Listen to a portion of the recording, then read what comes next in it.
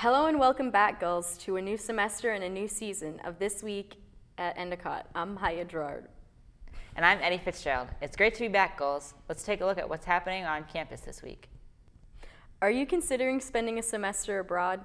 Then be sure to stop by the Study Abroad Fair on Wednesday, taking place in the LSB lobby between 10 a.m. and 2 p.m. Speak with program representatives and learn about study abroad opportunities for spring 2018. Then after a full day of classes, try out total body tone and cardio fitness at 5 p.m. in the aerobics room at the Post Center. There are a number of ways to meet up with other like-minded students across campus on Wednesday. At 5 p.m., the Intercultural Club will meet in the Little Theater at the library. At 6 p.m. in the chapel, you can attend Find Your Flock, an opportunity for individual goals to connect with others. Also in the chapel at 6:30, there is a Students of Color dinner. The Wishmakers on Campus Club meets at 7 p.m. in the library's Little Theater. Echo, Endicott's student-run a cappella group, is holding auditions in the Wax Auditorium at 7 p.m. Contact echoacapella@gmail.com with questions. Finally, on Wednesday at 9 p.m., stop by Doc's house at Beechwood for one of his famous barbecues. And let's send it over to EC Sports with Matt and Lauren. Hello and welcome back to the school year's first EC Sports. I'm Matt Pritchard. And I'm Lauren LaCava. The men's football team has taken the nation by storm. Their heroic comeback against Bridgewater State found its way to ESPN and many other sports outlets. Brennan Johnson's one-handed catch was the talking points of many of the stories. The football team is 1-1 on the season so far and will look to jump to number 2 against MIT Saturday at 1 o'clock. The men's soccer team is off to a fiery start as they remain undefeated through 3 games. They'll look to keep things that way as they host Johnson and Wales tonight at 7 and Eastern Nazarene Saturday at 3:30. The women's team sits at an even 2-2 on the season. They will look to bounce above 500 as they host East Nazarene Saturday at 1 o'clock.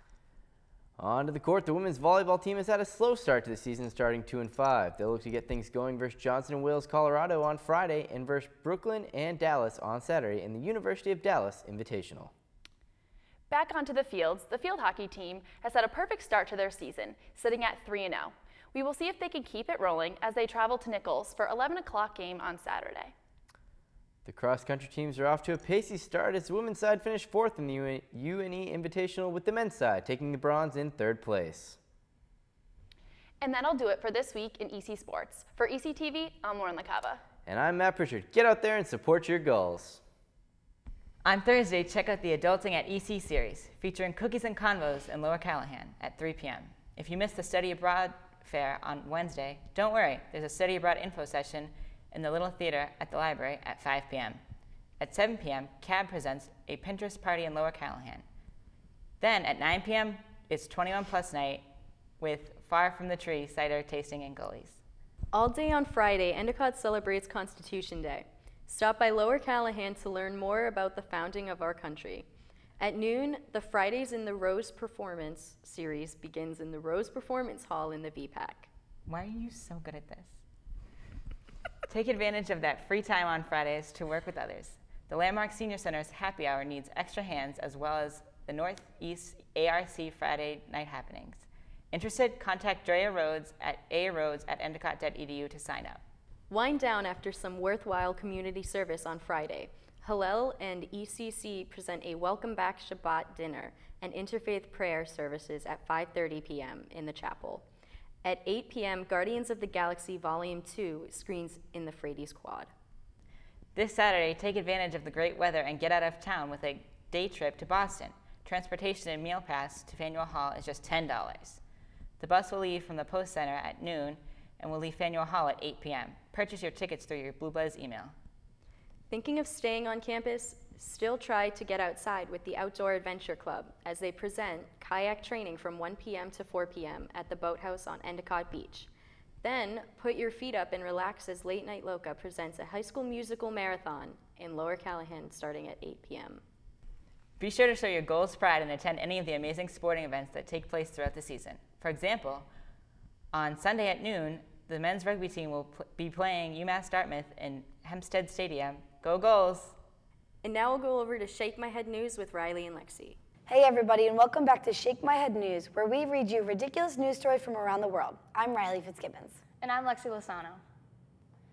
Officers in Alpharetta, Georgia, were a little spaced out when they pulled over a car for speeding last Sunday afternoon. When the cops walked up to the passenger side window, they noticed something a little out of this world riding shotgun, a human-sized alien doll. The car was clocked at 84 miles per hour, so it's a good thing E.T. was wearing a seatbelt. The driver never explained to the officers who or what this mysterious passenger was doing inside his car, but he did let police take pictures, including this one. The department posted pictures of the alien doll on their Facebook page on Sunday. Looks like that instead of phoning home, E.T. was driving home. Earlier this week in Clermont, Florida, 74-year-old Henry Butch Antower was picking up fallen tree branches at his cabin home when he encountered a fox. Butch went out to take a picture of the common creature when things started to go a little south. The normal foxes he usually sees skitter away, but this one bolted under his truck and began making angry warning noises. The fox lunged at him, which is when Butch, quote-unquote, whacked it upside the head with his fairly heavy iPhone attached to an external battery. The fox made 2 more lunges before he landed a square hit, once again, square in the head, and dazed it. He then grabbed his pellet rifle and shot it in the head. When officials came to pick up the fox, they confirmed it was rabid. A barber in the Chinese city of Chengdu does some hair-raising things to his customers, like shave their eyeballs. Zhang Gaon is a few barbers still practicing the age-old art of eyeball shaving.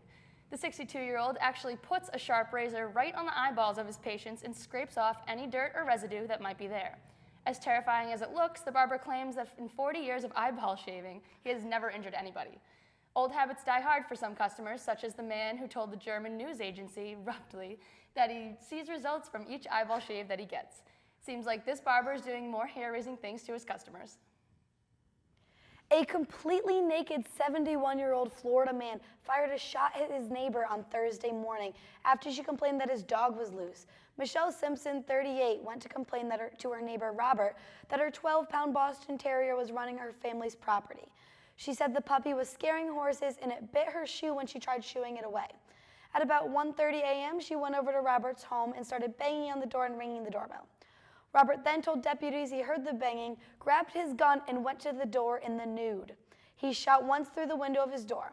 At first, he told deputies it was an accident, but then changed his story and said that he fired so she'd go away. The agitated neighbor ran away after she heard the shot.